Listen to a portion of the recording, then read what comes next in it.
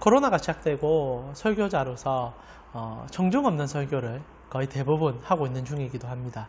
그러면서 설교자로서의 유익 중에 하나는 사람을 보면서 사람 앞에서 무엇을 하는 것이 아니라 준비된 말씀을 하나님 앞에서 대언하는 작업들을 해가면서 저 스스로도 훈련을 받고 있는 중이고, 아마 여러분께서도 각 가정에서 하나님 앞에 서는 훈련들을 아마 하고 계시리라 생각합니다. 나쁘게만 보지 마시고요. 언제나 흙과 백은 함께 가고 있습니다. 그리고 주님 앞에 설 때 그 흙은 사라지고 결국 백이 되는, 빛으로 오신 주님을 만나게 되는 순간들을 경험하게 되리라 저는 생각합니다. 오늘도 저는 여러분이 없는 상황에서 이렇게 설교를 대언하게 됩니다. 그러나 여러분이 계심을 영으로 믿고 하나님 앞에 나아가오니 같은 주일, 같은 마음으로 주님 앞에 섰을 때 온 땅에 계시며 우리 모두를 아시는 주님 앞에 각 여러분의 마음에 하나님의 말씀이 능히 당겨지는, 충만하게 당겨지는 귀한 시간 되어지기를 축복합니다. 오늘 예배를 시작하면서 우리 같은 신앙을 함께 고백합시다. 사도신경으로 주님 앞에 나아가겠습니다. 전능하사 천지를 만드신 하나님 아버지를 내가 믿사오며 그 외아들 우리 주 예수 그리스도를 믿사오니 이는 성령으로 잉태하사 동정녀 마리아에게 나시고 본디오 빌라도에게 고난을 받으사 십자가에 못 박혀 죽으시고 장사한 지 사흘 만에 죽은 자 가운데서 다시 살아나시며 하늘에 오르사 전능하신 하나님 우편에 앉아 계시다가 저리로서 산자와 죽은 자를 심판하러 오시리라. 성령을 믿사오며 거룩한 공회와 성도가 서로 교통하는 것과 죄를 사하여 주시는 것과 몸이 다시 사는 것과 영원히 사는 것을 믿사옵나이다. 아멘. 이 시간 찬송가 31장 찬양하라 복되신 구세주 예수, 찬송가 31장 찬양하라 복되신 구세주 예수 함께 찬양 드리겠습니다.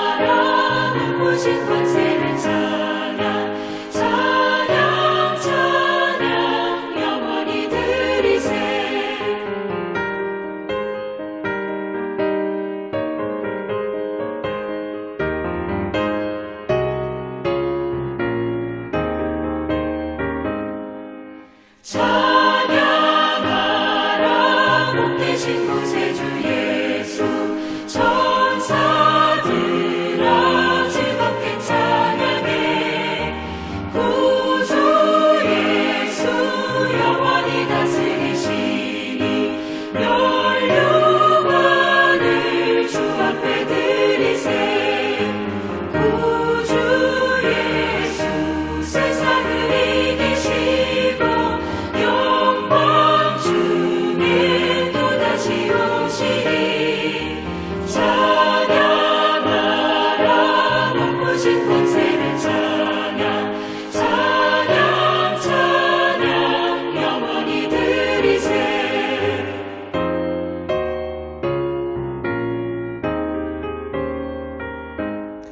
시간 함께 기도하며 오늘 예배 가운데로 들어갑시다. 이번 한 주를 돌아보시면서요, 다음 한 주를 기대하는 마음 가운데 하나님 오늘 나를 받아주시고, 참으로 어두운 시국입니다. 교회들도 온전함을 보이지 못하여 세상의 질타를 듣고 있는 순간인데, 하나님, 내가 빛의 사자로서 정말 어두워져가는 이 세상 속에 한 모퉁이에서 하나님의 빛을 드러내길 원합니다.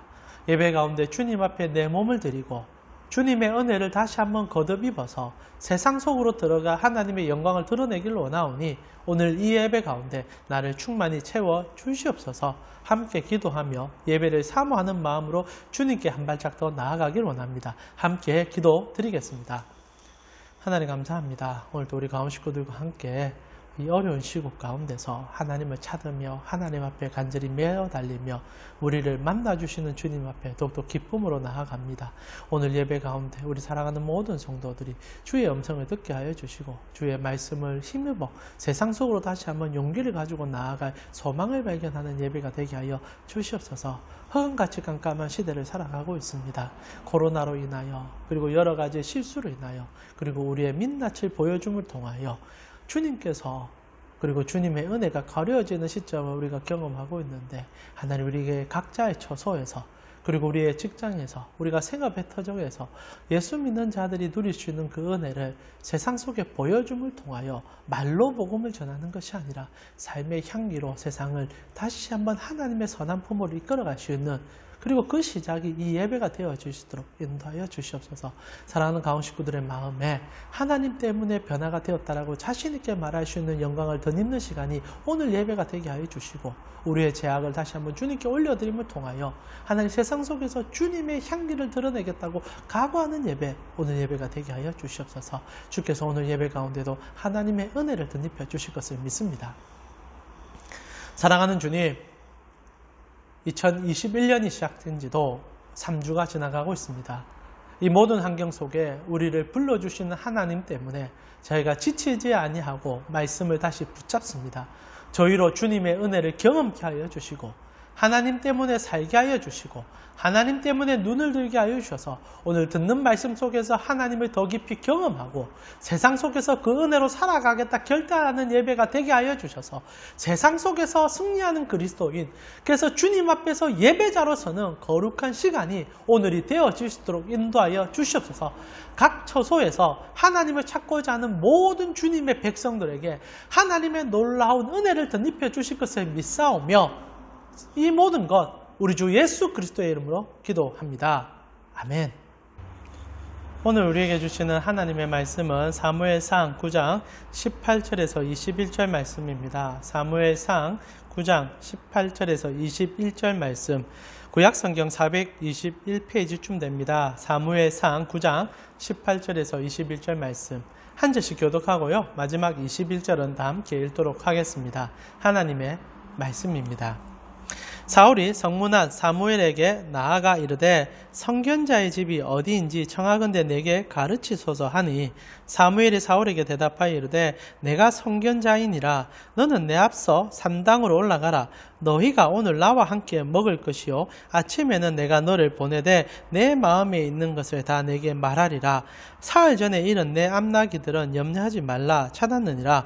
온 이스라엘이 사모하는 자가 누구냐? 너와 내 아버지의 온 집이 아니냐 하는지라. 사울이 대답하여 이르되 나는 이스라엘 지파의 가장 작은 지파 베냐민 사람이 아니니까, 또 나의 가족은 베냐민 지파 모든 가족 중에 가장 미약하지 아니하니까 당신은 어찌하여 내게 이같이 말씀하시니까 하니. 아멘. 오늘 명예란 제목을 가지고 하나님 말씀 함께 나누고 싶습니다. 얼마 전에 제가 참 좋아하는 한 역사학자가 모든 것을 내려놓는 그런 일들이 있었습니다. 여러분 잘 아시는 분이실 것 같은데요. 방송에도 많이 나왔던 분인데, 최근에 한 방송 프로를 맡게 되었는데 한국사를 담당하는 분이 세계사를 얘기하기 시작했었어요. 특별히 이집트 역사를 얘기하면서 클레오파트라 얘기를 하며 실수를 거듭하기 시작했었습니다. 역사적인 사항이 아니라 이제 야설 같은 숨겨져 있는 그러나 진실이 아닌 얘기들을 풀어내기 시작했죠. 결국 그것이 역사학자들, 특히 이제 이집트의 정통한 학자들이 반박을 시작했고, 그리고 자기의 실수를 인정하게 되었습니다. 근데 거기서 끝난 것이 아니라 그 일을 시작으로 실제로 또 본인의 학교에서 썼던 그 대학원 논문이 표절되었다라는 얘기가 드러나기 시작하면서 실제로 모든 방송에서 하차하는 일이 있었습니다. 한편으로 많이 아쉬웠습니다. 제가 그 역사학자를 좋아했던 이유 중에 하나는 그가 전공자가 아니었기 때문입니다. 실제로 비전공자로 이제 역사학계에 몸을 던졌고, 그리고 덕후라고 표현하지요. 역사를 너무너무 좋아해서 그것을 자기의 그 스킬을 가지고 이제 언변을 가지고 사람들에게 참 잘 전달해줘서 저도 너무너무 좋아했고, 그 사람 강의는 빠지지 않고 들으려고 참 했던 시간들이 있었습니다. 그러나 참 안타까운 것은 거기까지 였으면 참 좋았을 것 같은데 그 이상의 것들을 자기가 누리고 싶어서 이제 보이는 것에 너무 치중하기 시작했던 것이 그의 문제가 아니었는가. 그리고 그것에 집중하다가 이제 어찌 보면 야설까지 다루기 시작했고, 정통적이지 않은 얘기까지 시작하면서 결국 방송에서 하지 말아야 될 행동들이 시작되었고, 그러다가 이제 본인이 그 아성을 쌓기 위해서 했던 거짓말까지 드러나면서 와르르 무너지는 것을 저희가 최근에 보았습니다. 비단 그 역사학자만 그런 것이 아니라 우리가 살아오면서 참 많은 사람들이 그런 순간순간 때문에 무너지는 모습들을 참 많이 봅니다. 그러면서 한편으로 이 시대가 왜 그런 거짓과 위선으로 자기를 치장하여 보여야만 되고 보이는 사람들을 향하여 우리가 열광하게 되는 이유가 무엇인지를 고민하게 되었죠. 저는 손뼉은 언제나 마주친다고 생각합니다. 사람들이 그걸 원하는 것이요. 화려한 스펙, 그리고 그가 어느 학교를 졸업했고 그가 어떤 자격증을 갖고 있느냐가 그를 대변해 준다고 생각하는 우리들, 그 시각에 맞추기 위하여 무언가를 하고 있는 사람들, 그러나 거기를 이루기가 쉽지 않으니 결국 거짓말을 해서라도 그것을 증명해내려고 하는 사람들. 저는 오히려 그 역사학자가 그냥 있는 그 모습 그대로, 부족함 그대로 본인이 얘기를 해주고 잘못했으면 잘못했다, 오히려 그런 것들을 만들어내는 것이 아니라 솔직하게 보여줬다면 물론 그 인기를 처음부터 가질 수 있었을까라는 질문도 해볼 수 있겠지만 이렇게 쉽게 그것도 최고의 자리에서 끌어내려오는 일은 없지 않았을까라고 생각합니다. 참 많은 사람들이 눈에 보이는 것에 많이 속습니다. 오늘날 우리는 거기에서 자유롭을 뿐 아니라 인류 역사는 거기에서 단 한 번도 자유롭지 못했던 것 같습니다. 비단 세상에 일하시는 부분들만 그렇습니까? 종교계는 더 까무랄 정도로 가짜들이 많은 것이 사실 아닙니까? 특히 이제 저희 기독교에 많은, 결국 이것도 손뼉이 같이 마주쳤겠지만 많은 목사님들이 가짜 박사 학위를 취득하여서 제가 느낄 때 정통적으로 공부해서 제대로 이렇게 박사 학위를 땄다면 문제가 되지 않지만 이름만 걸어놓고 돈만 넣고 그리고 너무나 쉽게 학위를 얻어서 그것을 타이틀로 삼아서 자리를 유지하고 있는 모습들이 많습니다. 왜 목사들이 그렇게 할까라고 생각할 때 첫째, 가장 간단하게 하나님을 신뢰하지 않아서 라고 얘기할 수 있겠지만, 두 번째, 성도들이 그것을 원하기 때문이겠죠. 많은 교회들이 자격증이 없으면 아예 면접을 보지 못하게 만듭니다. 그리고 그 사람이 가지고 있는, 왜냐하면 그 사람 우리가 알 수가 없으니까 이것도 한계성이긴 합니다. 그래서 그 사람 손에 쥐고 있는 것들을 통하여 그 사람을 보려고 하다 보니까 실수가 연발되었고 거짓이 난무하는 세상, 결국 가짜를 만들어서 지금 코로나 시국에 우리는 그런 일들을 비일비재하게 보고 있고 그 아성들이 지금 무너지고 있는 순간들을 좀 경험하고 있지 않는가라는 생각을 합니다. 참 안타까운 순간들을 우리가 계속적으로 경험하고 있고, 우리의 일상 속에서도, 그리고 종교계 안에서도, 우리 삶의 터전 속에서도 이런 거짓말들은 너무나 쉽게 통용되고 들키지만 않으면 잘한 것처럼 비춰지는 순간들이 되고 있어서 참으로 가슴 아픕니다. 한국 사회는 참 많이 바뀌었습니다. 오히려 그런 것들을 검증해 나아가면서 더 이상 그것이 잘못됐다는 것을 인지하고 있지만 매해 이런 사건들이, 굵직굵직한 사건들이 터져 나올 때마다 아직도 멀었구나, 언제까지 그렇게 할 것인가 라고 질문을 해볼 수 없는 순간이죠. 저희가 이것을 평생 짚고 가야 될까? 왜 사람들은 만들어진 명예와 그것을 덮기 위해서 무언가를 해야 되는 그 거짓말로 우리를 치부해야 될까라고 질문할 때 저희는 결국 성경으로 돌아갈 수밖에 없고, 하나님께서 우리에게 불러주는 그 상황 속에서 정답을 찾을 수밖에 없게 되죠. 왜냐하면 하나님은 단 한 번도 우리를 그런 식으로 부른 적이 없기 때문이고 그것을 요구하신 적도 없기 때문입니다. 오늘 우리는 성경 속에서 하나님께서 사람을 어떻게 대하고 계신지, 나아가 그 사랑을 받았던 자들이 어떤 사랑을 보임을 통하여 세상 속에서 바른 길을 보여줘야 될지를 고민해보며 하나님이 주시는 그 영광과 기쁨을 함께 맛보는 귀한 시간 가졌으면 좋겠습니다. 오늘 본문은요, 드디어 사울과 사무엘이 만나는 장면으로 들어갑니다. 저희가 9장을 지금 거의 한 달째 지금 살펴보고 있습니다. 조금 쪼개서 디테일하게 보고 있는데, 오늘 본문에 이제 드디어 이 역사적인 장면이 시작된 거죠. 이제 사울이라는 한 청년이 왕이 되는 첫 발을 오늘 사무엘과 만남을 통하여 시작되게 되죠. 그런데 오늘 본문을 자세히 보게 되면 사울이라는 인물이 굉장히 겸손한 인물처럼 묘사가 되는 한 구절이 등장을 합니다. 그것이 21절이요. 제가 한번 읽어드리겠습니다. 사울이 대답하여 이르되 나는 이스라엘 지파의 가장 작은 지파 베냐민 사람이 아니니까 또 나의 가족은 베냐민 지파 모든 가족 중에 가장 미약하지 아니하니까 당신이 어찌하여 내게 이같이 말씀하십니까? 라고 대답한 장면이 있습니다. 사울이 이제 사무엘을 만나고 났을 때 사무엘이 사울에게 굉장히 높여주는 얘기가 등장을 하기 시작하죠. 그래서 부끄러워하면서 이렇게 하시면 안 됩니다. 나는 굉장히 연약한 자입니다. 나 부족합니다. 라는 얘기를 하게 되죠. 그래서 많은 사람들이 처음 사울은 참 겸손한 사람이었다라고 생각합니다. 이뿐 아니라 나중에 우리가 함께 살펴보겠지만 사울이 왕이 됩니다. 왕이 되었을 때 너무 부끄러워서 행구 밑에 숨는 사건이 일어나게 되지요. 그러면서 많은 사람들이 생각하기를 처음 사울은 굉장히 겸손한 사람이었는데 권력을 손에 쥐고 난 다음에 그는 망가지기 시작했고 나중에 아나무인이 되었다가 비참하게 죽는 인생으로 끝나게 되는 인물로 이해하지요. 그러나 그렇지 않습니다. 사실 오늘 21절의 본문은 실제로 사울이라는 인물이 어떤 사람이었고 그리고 우리는 어떤 사람인지를 보여주는 본문으로 우리를 끌어가고 있다는 거지요. 여러분 오늘 우리가 읽고 있는 본문의 핵심은 이 9장 전체의 문맥 속에서 왜 이런 발언이 나왔는지를 유심히 볼 때 사울의 미묘한 심적 감정을 끄집어낼 수 있다는 겁니다. 여러분 아시다시피 사울이라는 인물은 대단한 인물로 성경이 묘사하고 있지요. 여러분 사울의 첫 시작이 어떻습니까? 9장 1절인데요. 9장 1절은 9장뿐 아니라 10장까지 사울이 왕되는 장면까지를 이끌어가는 마스터키와 같습니다. 그래서 여러분 주의 깊게 봐셔야 되는데 1절은 이렇게 시작합니다. 베냐민 지파에 기스라이라는 유력한 사람이 있으니 그는 아비엘의 아들이요 스롤의 손자요 베고라스의 증손이요 아비야의 현손이요 베냐민 사람이었다라고 얘기합니다. 여러분 사울이라는 인물을 처음 소개하면서 시작하는데 그를 지칭하는 단어 중에 유력이라는 단어가 여러분 눈에 좀 띌 것 같습니다. 이 사울이라는 인물은 유력한 집안의 사람이다라는 것이 성경의 첫 묘사예요. 여기서 유력이라는 단어는 히브리어로 하일이라는 단어를 쓰는데 이 단어는 돈과 관계된 유력을 얘기합니다.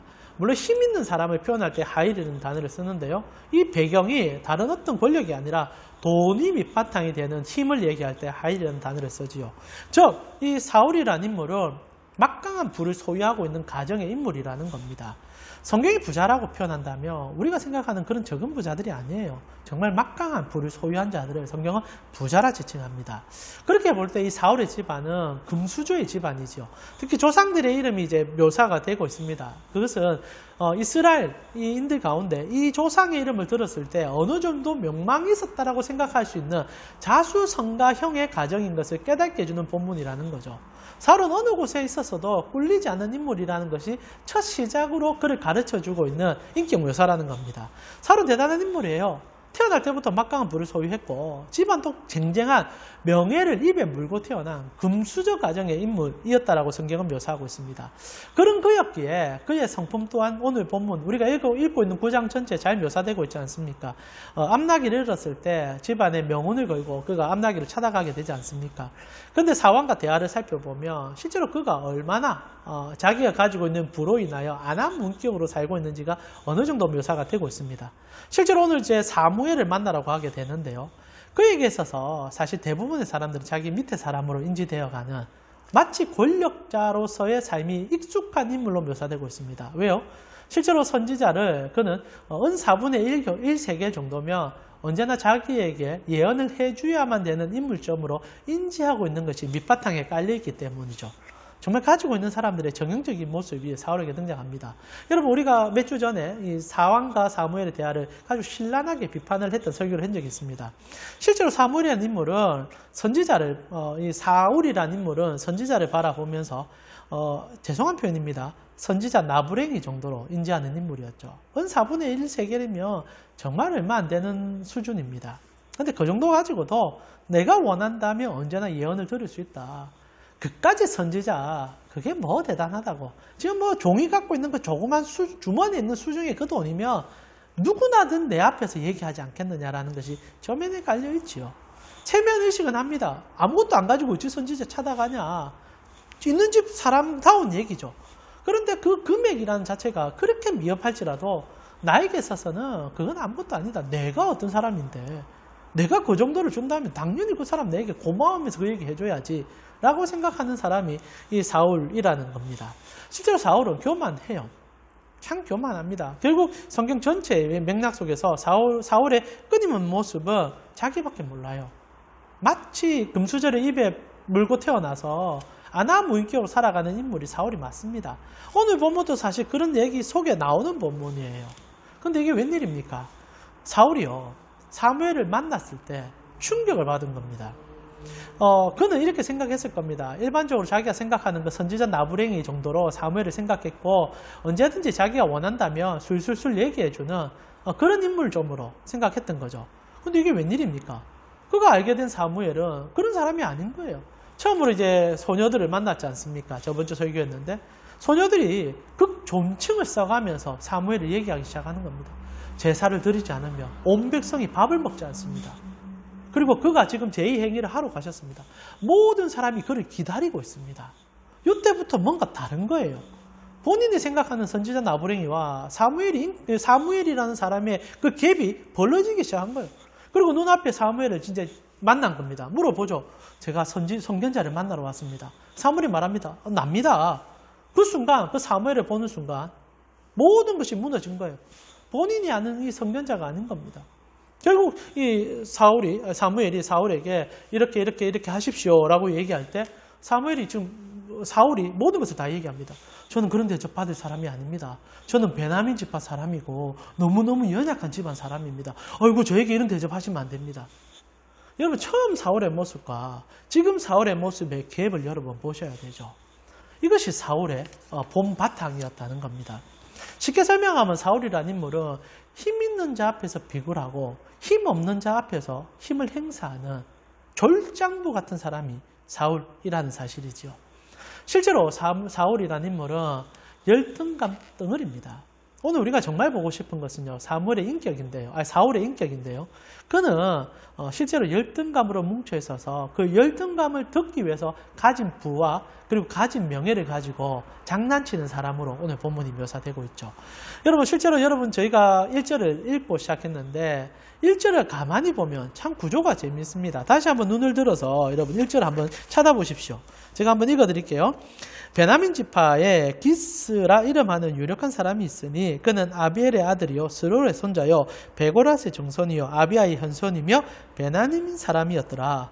여러분 1절 자체는 벌써 샌드위치 구조로 들어갑니다. 성경은요 정말 많은 부분 샌드위치 구조로 형성을 하는데요. 어느 중요한 내용을 담기 위해서 바탕에 무언가를 깔고요 속에 중요한 내용을 집어넣습니다. 1절도 똑같아요. 이 안고는 지금 그 사울이 유력한 인물이라는 것을 집어넣었어요. 그러면서 조상들의 이름과 화려함을 넣어놨는데 실제로 그 바탕에 대한 빵이 베냐민 지파라는 얘기를 해주죠. 그래서 9장 1절은 베냐민 지파를 2번이나 강조하고 있습니다. 강조하고 있어요. 그래서 이 말은 이겁니다. 안에 아무리 맛있는 게 들어있어도 그 껍데기가 벌써 문제가 있다는 얘기입니다. 그는 베냐민 지파라는 것을 벗어날 수 없는 것이다. 근데 실제로 이것이 베냐민 지파의 잘못을 고발하는 게 아니라 이 안고 자체가 사울이 속고 있는 무언가를 보여주기 위한 본문이라는 거죠. 그래서 제가 키라고 말씀드린 겁니다. 오늘 본문 21절만 하더라도 사울이 무슨 얘기합니까? 나는 베냐민 지파입니다. 나는 베냐민 지파라서 뭔가 자랑할 수 없습니다. 특별히 나는 베냐민 지파에서 가장 연약한 지파 중에 하나입니다. 라고 얘기합니다. 이게 사울이 물은 것도 아니에요. 사울은 지금 극진히 그냥 대접해 줄 뿐입니다. 그런데 그 대접이 단순한 대접이 아니라 힘 있는 자의 대접이었고 자기가 이때까지 경험하지 못한 권력을 소유한 자의 대접이 되다 보니까 자기 안에 있던 열등감이 꿈틀꿈틀 지금 본인의 입으로 다 터져나오기 시작했다는 겁니다. 참 불쌍한 사람이에요. 말하지 않아도 될 것까지 권력 앞에 서니까 술술술술술 다 튀어나왔다는 겁니다. 다른 말로 표현하면 사울은 진짜 불쌍한 사람이라는 거예요. 입에 금수저를 물고 태어났습니다. 태어날 때부터 돈을 손에 쥐고 태어난 거예요. 거기다 권력과 명예도 다 쥐고 태어났습니다. 그러나 여전히 그는 이 베냐민 지파라는 사실 하나 때문에 그 무엇도 자기에게 자유롭지 않은 인물이 이 사울이라는 인물이었다는 거지요. 그렇다면 도대체 베냐민 지파라는 것이 무엇이기에 이 사울마저 주눅을 들게 만드느냐? 그래서 저희가 이 사무엘서를 시작하면서 여러분에게 몇 번이나 설명해 드렸습니다. 혹시나 기억하지 못한 분에게 짤막하게 소개해 드린다면 이 사무엘이라는 성경이 써지기 전에 사사기라는 성경이 써져 있습니다. 여러분 사무엘이라는 이 선지자는 마지막 사사지요. 이 사사들이 통치하는 시절의 역사, 근 400년 정도의 역사가 이 앞에 기록이 되어 있는데 그 사사기라는 성경 그 마지막에 보면은 이 베냐민 지파가 얼마나 참혹한 실수를 해서 이스라엘 지파 가운데 멸절을 당할 뻔한 사건을 묘사해주고 있습니다.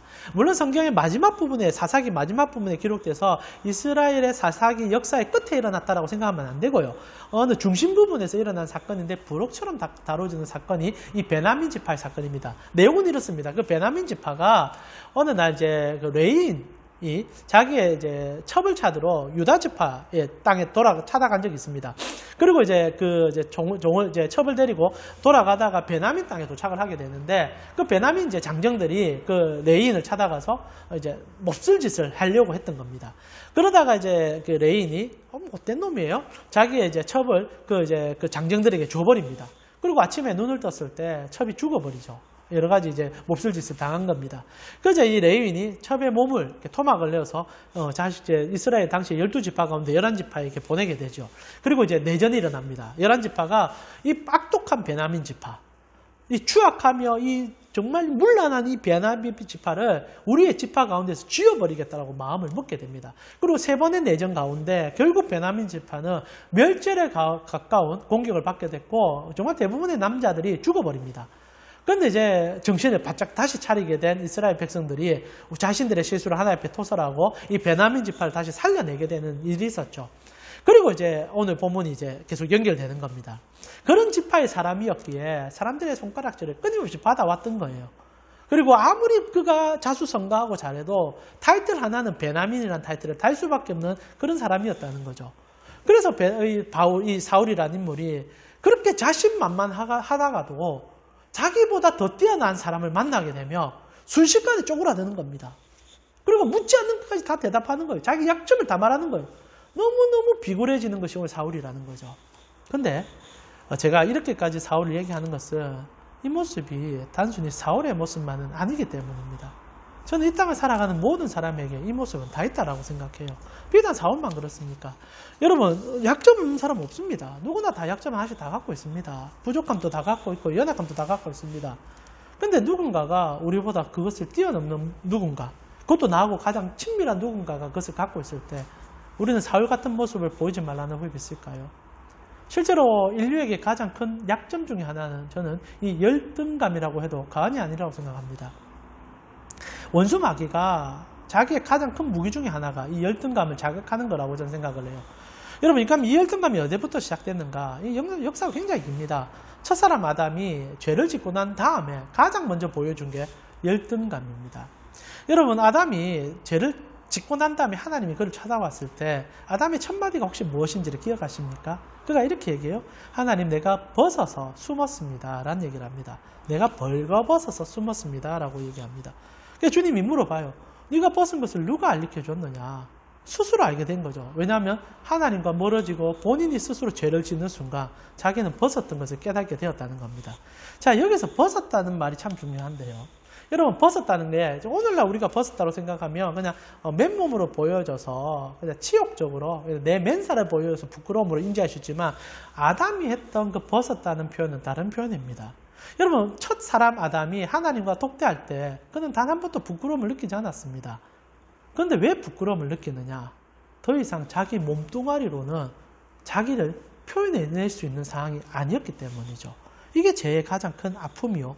원수 마귀가 가장 쉽게 사용하는 무기입니다. 여러분, 사람은요, 더 이상 자기로 자기를 증명할 수 없게 됐습니다. 이게 참 불쌍해요. 너무너무 불쌍해요. 그래서 우리는 언제나 자기를 표현할 때 내가 가진 무언가를 가지고 나를 대신하여 증명해야 되기 시작합니다. 근데 그게 다 있을 수가 없거든요. 그래서 이제 열등감이 사로잡히는 거죠. 첫사람 아담이 열등감이 표현을 시작하는 겁니다. 벗었습니다. 아무것도 없습니다. nothing입니다. 난 없어요. 있는 줄 알았는데, 다 가진 줄 알았는데 보니까 아무것도 없습니다. 주님이 누가 니한테 그런 얘기 하더냐. 당연한 거 아닙니까? 지금 아무것도 없잖아요. 벌거벗었잖아요. 그리고 결국 이제 에덴 동산에서 쫓겨난 다음에 인류가 한 일은 자기의 열등감을 무언가로 치장해서 열등하지 않은 존재처럼 비추는 이 역사를 살아오기 시작했다는 거예요. 여러분, 가인의 후손들이 가장 주력했던 일들이 도시 사업이었습니다.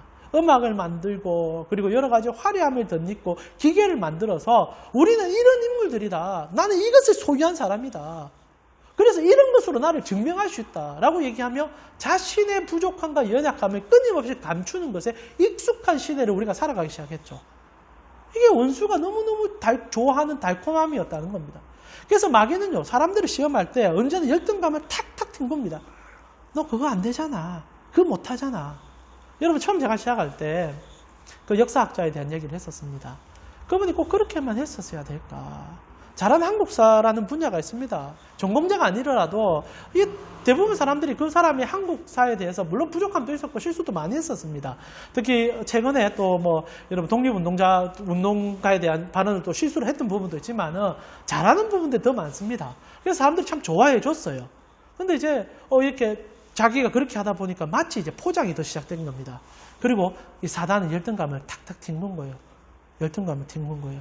그러니까 제가 생각할 때 그렇습니다. 이제 듣기 시작하는 거죠. 세계사도 다루기 시작하고. 이 많은 사람이야. 그리고 이제 학위도 따야 되는데 표절을 시작하여서 그걸 덮으려고 하고. 나 이런 인물이야. 그러면서 포장된 자기를 만들어낸 겁니다. 그러나 포장 벗겨 보면요, 안에 아무것도 없는 거예요. 그럼 와르르르 무너지는 게 우리 아닙니까? 아담 이후로 사람들은요, 사단이 계속 건드려가는 열등감을 메우기 위해서 사단의 종이 되고 있습니다. 거짓말로 자기를 치부하고 있다는 거지요. 오늘 사울이 그런 인생이었던 겁니다. 베냐민 지파입니다. 부끄러운 인생이에요. 자기는 부끄럽지 않은 건 사실입니다. 그러나 집안 대대로 그 부끄러움을 벗어나기 위해서 무진장 노력한 겁니다. 그러나 벗어나지 못하는 거예요. 그래서 계속 다른 걸로 포장했던 겁니다. 그런데 자기 앞에 그것을 뛰어넘는 한 인물을 만나기 시작하자 너무나 초라하기 시작하는 거죠. 실제로 사울은요, 선지자를 생각할 때 자기 발끝으로 생각했던 겁니다. 그까지 선견자, 그 뭐 대단하다고 했는데 대단한 거예요. 그 순간 와르르르르. 이게 우리 아닙니까? 이게 우리 모습 아닙니까? 저는 2021년 우리가 이렇게 살지 않았으면 좋겠다고 오늘 설교를 하는 겁니다. 여러분, 너무 불쌍하잖아요. 왜 우리 이렇게 삽니까? 왜 누군가를 바라보면서 자꾸 비교하고 그 비교하다가 열등감이 사로잡혀서 스스로 자멸하는 길들을 우리가 계속 왜 반복해야 됩니까? 오늘 본문을 살펴보면요, 여기서 진정한 자유를 주시는 분을 만나게 됩니다. 그게 누굽니까? 하나님과 하나님의 사람이죠. 오늘 본문은 이런 사울에게 놀라운 일이 일어나기 시작했다는 것을 얘기해 줍니다. 오늘 이제 사울이 이제 사무엘을 처음 만났을 때 사무엘은요, 거두절미하고 사울이 가져오는 은 4분의 1색이 관심도 안 둡니다. 그가 무엇을 준비했는지 그것도 중요하지 않다 얘기합니다. 처음부터 왕처럼 대접하기 시작했다는 거죠. 여러분, 20절 제가 읽어드리겠습니다. 사흘 전에 이런 내 암나기들을 염려하지 말라. 찾았다. 온 이스라엘이 사모하는 자가 누구냐? 너와 내 아버지의 온 집이 아니냐? 높여주기 시작합니다. 이게 빈말 같습니까? 지금 사울은 그것을 빈말로 느낍니다. 이 사람 봐라. 진짜 선지자네. 다 아네. 이거 내 실체가 드러났네. 그래서 알아서 다 술술술 얘기합니다. 아이고, 당신이 말하는 그런 사람이 내가 아닙니다. 나는요, 열등감에 사로잡힌 실제로는 정말 비참한 인생입니다. 그런데 사울이요, 우리 다음 주 살펴보겠지만 사무엘이 그렇게 안 합니다. 이 말은 빈말이 아니에요. 진짜 그를 그렇게 알고 있습니다. 그리고 그에게 최대한 융성한 대접을 해줍니다. 21절에서 22절부터 살펴보니까 사무엘이 사울과 그의 사환을 인도하여 객실로 들어가서 청한 자 중 상석에 앉게 하였는데 객실은 30명가량, 이어서 30명은 그 지역의 가장 유력한 인물들일 겁니다. 사무엘이 요리인에게 이르되 내가 내게 주어 내게 달라고 말한 그 부분을 가져오라. 요리에 있는 넓적다리와 그것을 붙은 것을 가져다가 사울 앞에 놓은지라. 사무엘이 이르되 보라, 이는 두었다가 내가 앞에 내놓은 것이니 네가 먹어라. 이런 얘기 해줍니다. 지극정성으로 섬겨주고 최고 상석에 앉아서 제사장만 먹을 수 있는 것까지 다 그에게 주고 있습니다. 진짜 왕처럼 대접하는 거예요. 이것이 하나님이 사람에게 하시는 일입니다. 자, 여러분 성경을 이제 좀 거시적으로 보기 시작하면 하나님께서 사람을 어떻게 다루시는지가 여러분 오늘 본문처럼 느껴지는 순간들을 수없이 보셨을 겁니다. 사람은요, 사람을 만났을 때 서로의 열등감을 가르기 위해서 경쟁 모드로 들어갑니다. 그래서 내가 너보다 조금 더 나은 것이 있음을 가르쳐주면서 우위에 점해야 속이 좀 시원해지는 게 결국 이게 사단이 우리에게 주는 유혹의 거리요. 그리고 인류 역사에 가장 아픔을 주는 이 도구거리인데도 우리는 그것을 여전히 우리의 가장 좋은 것으로 삼아 나아가게 됩니다. 근데 그것을 밑바닥부터 부수는 분이 계시다는 거예요. 그게 우리 하나님이십니다. 오늘 사울도요, 압니다. 하나님 왜 모르겠습니까? 베냐민 집하고 그가 위선 덩어리인 거 압니다. 근데 만나는 순간부터 최고의 상석에 앉아줍니다. 그리고 가장 좋은 음식을 그에게 먹여줍니다. 그리고 하나님 말합니다. 너 왕이야. 너 왕이 될 거야. 라고 얘기해주는 분이 우리 하나님이죠. 그럼 비단 사울에게만 이렇게 하느냐? 성경 전체는 하나님이 언제나 그의 백성들에게 이렇게 하셨던 분이라는 것을 가르쳐주고 있다는 겁니다. 여러분, 우리가 첫 믿음의 조상이라 부르는 아브라함을 한번 살펴보십시오. 그가 하나님 앞에 부름받았을 때 그의 나이 86세였습니다. 노년의 나이에 어떻게 쓰임받을 수 있겠냐라고 생각하는데 하나님은 그 노인을 불러낸 겁니다. 근데 그 노인이 약점 덩어리예요. 자녀도 없습니다. 당시 팔레스타인 고대 근동에서는 자녀가 없다는 것은 실제로 인생 가운데 장애를 소유한 것 같다는 취급을 받았던 시절입니다. 쓸모없다는 인식을 주었어요. 그런데 하나님께서 그 노년의 어른을 부르면서 자녀도 없는 한 사람을 불러서 하나님 앞에 믿음의 조상 삼아줍니다. 그리고 실제로 아브라함은 하나님 만나고 난 다음에 다 치유돼요. 100세 아이를 놓고요. 그리고 그가 죽는 순간까지 하나님 앞에 신실함으로 나아가기 시작합니다. 하나님이요, 세상에서 버려진 인생 같은 아브라함을 불러서 최고의 믿음의 조상 만들었습니다. 오늘날 살펴보세요. 여러분, 전 세계 80%가 믿고 있는 종교의 수장이 아브라함입니다. 모슬렘, 유대교, 기독교 전부 아브라함을 믿음의 아버지로 섬깁니다. 86세에 아무것도 못하는 무능한 영감이 하나님 만나고 나서 최고의 대접을 지금 받고 있어요. 여러분, 그 대접 자체를 얘기하고자 하는 게 아니라 하나님은 언제나 그리했다는 겁니다. 그의 자녀들을 한번 살펴보세요. 하나님은 장자 부릅니다. 물론 장자를 쓰시기도 하지만은 대부분 장자를 넘게 만듭니다. 왜 그런지 아십니까? 하나님이 오늘 우리에게 보여주는 거예요. 여러분, 차자는 기본적으로, 둘째는요, 기본적으로 열등감을 갖고 있습니다. 장자는 언제나 성경적으로나 그 시대 문화 속에서 두목을 주게 돼 있었지 않습니까? 재산의 대부분은 장자일 거예요. 그래서 장자는 태어날 때부터 안정감을 누리고 그 집안의 최고의 권위를 가지고 있습니다. 그런데 하나님 희한하게 다 차자를 불러내요. 요셉, 여러분 야곱 다 차자들 아닙니까? 뭐 야곱은 차자도 아니, 야곱은 여러분 에서와 야곱의 얘기를 잘 아시지 않습니까? 하나님께서 장자 에서 대단합니다. 피지컬 대단하고요. 용맹한 사람입니다. 그런데 하나님 나는 여러분 성경에서 야곱을 표현할 때 진짜 죄송한 표현이지만 정말 그 시대에서는 남성다움이 하나도 없는 인물로 묘사해 줍니다. 그런데 그를 선택한 거예요. 그리고요, 하나님께서는 그를 통하여 하나님의 나라가 어떠함을 보여주기 시작합니다. 성경은 언제나 그래요. 차자를 부르는 하나님이 묘사가 됩니다. 여러분, 이스라엘은 어떻게 부름받았습니까?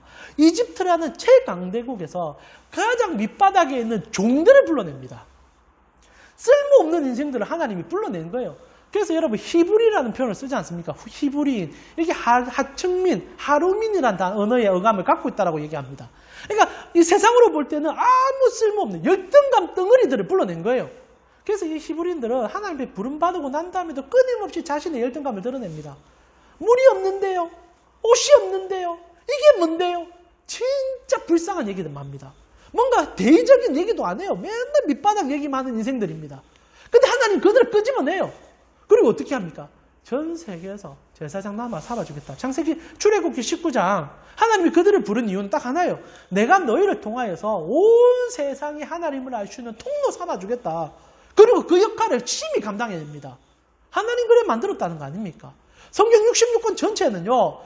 정말 끝에서 아무것도 할 수 없는 열등감 덩어리의 인생을 하나님이 끄집어내어서 세상이 감당할 수 없는 사람 만들어 하나님은 이런 분이다라고 가르쳐주는 게 성경의 역사예요. 그리고 그 끝이 어디로 향하는 줄 아십니까? 우리 구주 예수 그리스도. 여러분 예수님 어떻게 태어나십니까? 구유에서 태어나셨습니다. 어떤 집안에서 태어납니까? 목수의 집안에서 태어나셨습니다. 선택하셨어요. 차자도 아닙니다. 말석을 선택하셨어요. 그리고 어떻게 하십니까? 학위를 따셨습니까?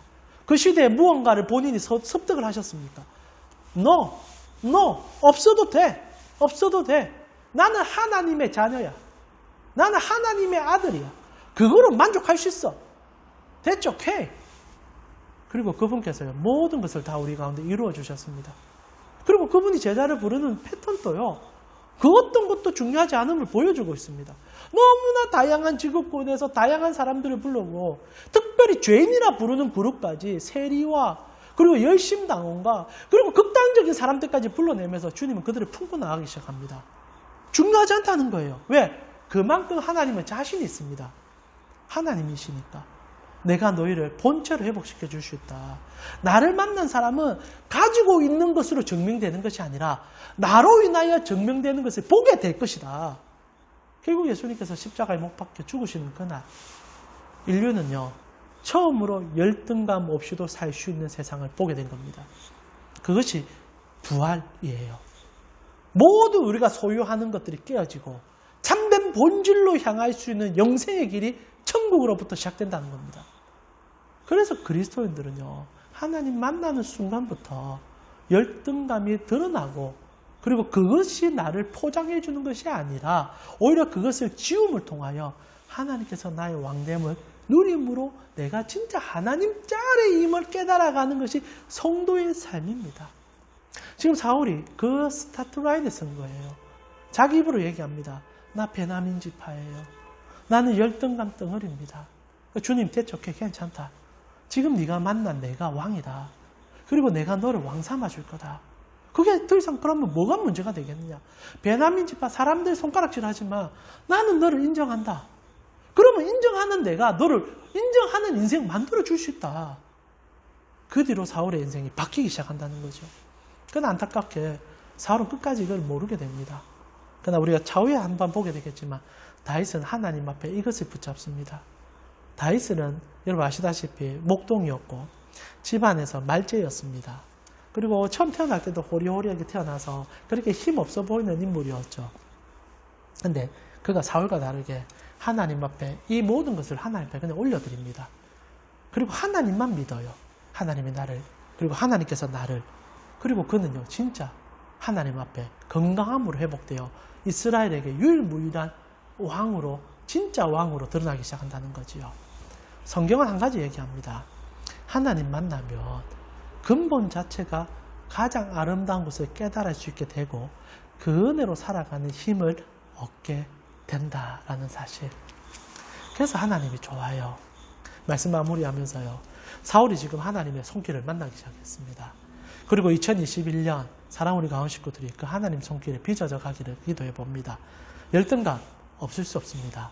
사단은 오늘도 여러분의 열등감을 튕구고 있습니다. 넌 그거야.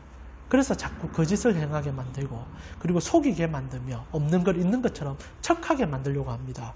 그래서 포장된 나를 계속 보이게 만들어요. 근데 복음은요. 그것을 하나씩 베끼게 만듭니다.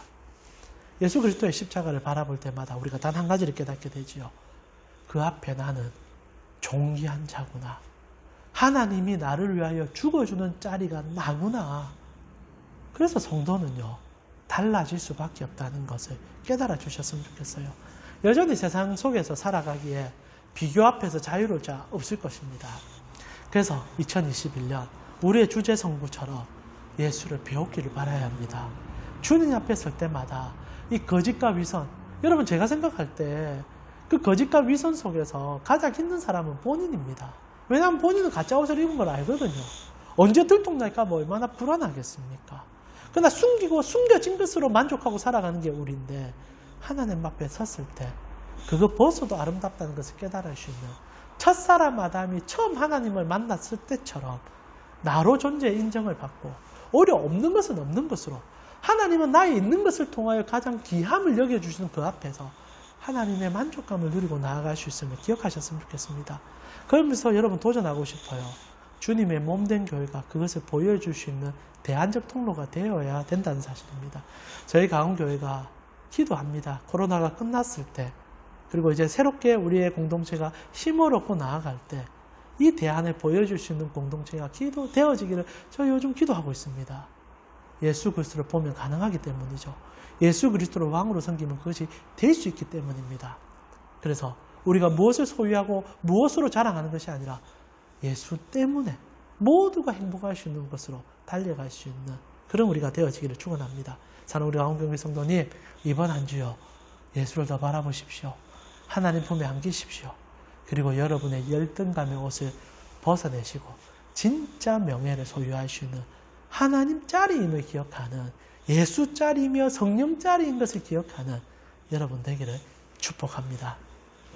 이 시간 우리 찬송가 우리 함께 찬양 드리고요. 찬송가 우리 265장 주 십자가를 지심으로 찬송가 265장 주 십자가를 지심으로 함께 찬양 드리고 오늘 예배 하나님 앞에 온전히 올려드렸으면 좋겠습니다. 찬송가 265장입니다. 주 십자가를 지심으로 죄인을 구속하셨으니 그 피를 보고 믿는 자는 주님의 진노 면하겠네. 내가 그 피를 유월절 그 양의 피를 볼 때에 내가 널 넘어서 가리라. 흉악한 죄인 괴수라도 예수는 능히 구원하네. 온몸을 피에 담글 때에 주님의 진노 면하겠네. 내가 그 피를 유월절 그 양의 피를 볼 때에 내가 널 넘어서 가리라.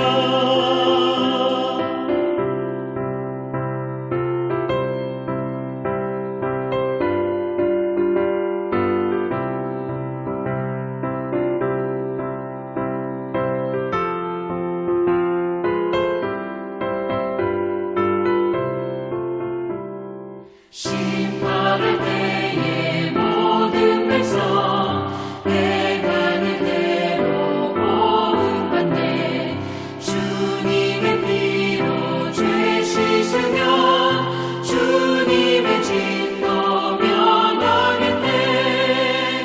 내가 그 피를 유월절 그 양의 피를 볼 때에 내가 널 넘어서 가리라. 구주의 사랑 크신 은혜 보혈의 능력 의지하세.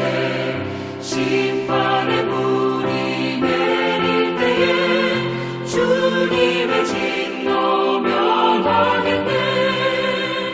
내가 그 피를 유월절 그 양의 피를 볼 때에 내가 널 넘어서 가리라. 제가 여러분을 위해서 기도하겠습니다. 지금은 우리 주 예수 그리스도의 은혜와 하나님 우리 아버지의 무한하신 상하람과 성령님의 감화감동 교통케 하심이 주님을 왕 삼아 그 왕의 자녀임을 깨달아 세상 속에서 거짓과 속임으로 나를 포장하는 것이 아니라 주님의 자녀인 것으로 기뻐하고 주님의 자녀인 것이 드러남으로 행복해하며 주님과 영원토록 함께할 것을 자랑하는, 그래서 그 가슴 띠으로 세상 속에 들어가길 원하는 가온교회 성도님들 머리 위에 지금부터 영원토록 함께 있을지어다. 아멘. 이번 한 주간요, 주님 때문에 힘을 얻으시는 여러분 되기를 축복합니다. 교회 소식 전해드리겠습니다. 지금 어저께 토요일 날 정세균 국무총리가 이제 얘기를 했었습니다. 실제로 저도 그 공문을 좀 이제 다운받아서 봤는데 지금 이제 교회 모임은, 우리 교회 같은 경우에 모임은 가능해졌습니다. 그러나 안타깝게도 최근에 많은 교회들이, 특히 부산에 있는 몇몇 교회들이 여러 가지 문제점을 일으키고 있는 상황이라서 저희가 조심스러울 수밖에 없는 상황이고요. 그래서 이번 주 이제 지나고 다음 주까지는 온라인으로 예배를 드리겠습니다. 그래서 마지막 주, 이제 1월달이 다섯째 주까지거든요. 그래서 1월 마지막 주에 어떻게 될지를 좀 더 지켜보고요. 조금 더 안정감을 찾았을 때, 지금 이제 여전히 확진자 숫자가 500명을 웃돌고 있는 상황이라 조금 더 낮춰진다면 여러분, 저희가 좀 안심할 수 있을 때, 이 법적 기준에 이 타이틀에 맺혀서 왔다 갔다 하는 게 아니라 조금 안정감이 있을 때 모일 수 있도록 하려고 합니다. 혹시나 1월 이제 말쯤 돼도 상황이 좀 녹록지 않으면 이제 구정 지나고 함께 만날 수 있는 상황으로 갈 수 있을 것 같기도 합니다. 다만 여러분, 기억하시고 기도해 주셨으면 좋겠습니다. 지금 처절하게 싸우고 있는 중입니다. 어떻게 보면 여러분 국가와 싸운다는 의미가 아니라 우리의 신앙의 문제로 싸우고 있다면 기억해 주시고 바른 길, 그리고 뜻하는 길, 하나님의 사랑을 드러내는 그 용맹한 싸움에 여러분 지치지 마시고 나아갈 수 있기를 바라봅니다. 나아가 지금 이제 우리 1:1 양육을 계속 하고 있습니다. 혹시나 아직 듣지 못하신 분들 계속적으로 얘기하는데 신청하시고 꼭 들어주셨으면 좋겠고요. 특히 2021년에는 요한복음을 가지고 여러분과 함께 맨투맨 성경 공부를 또 다시 시작하고 싶습니다. 앞에 하는 이제 그런 공부들은 신앙의 기본을 얘기하는 것이라면 2021년은 맨투맨으로 1:1로 성경 권을 같이 공부하는 시간 좀 가지려고 하거든요. 그래서 여러분 한 2, 3월쯤 되면 제가 여러분에게 광고를 드릴 때 또 같이 공부해 갈 수 있는 시간들이 좀 되었으면 좋겠습니다. 언제나 하나님 앞에 서는 자가 진짜 살아날 수 있는 자가 됨을 잊지 아니하시고 세상 속에서 하나님으로 사시고 하나님을 드러내는 여러분 되기를 축원합니다. 한 주간 승리하십시오.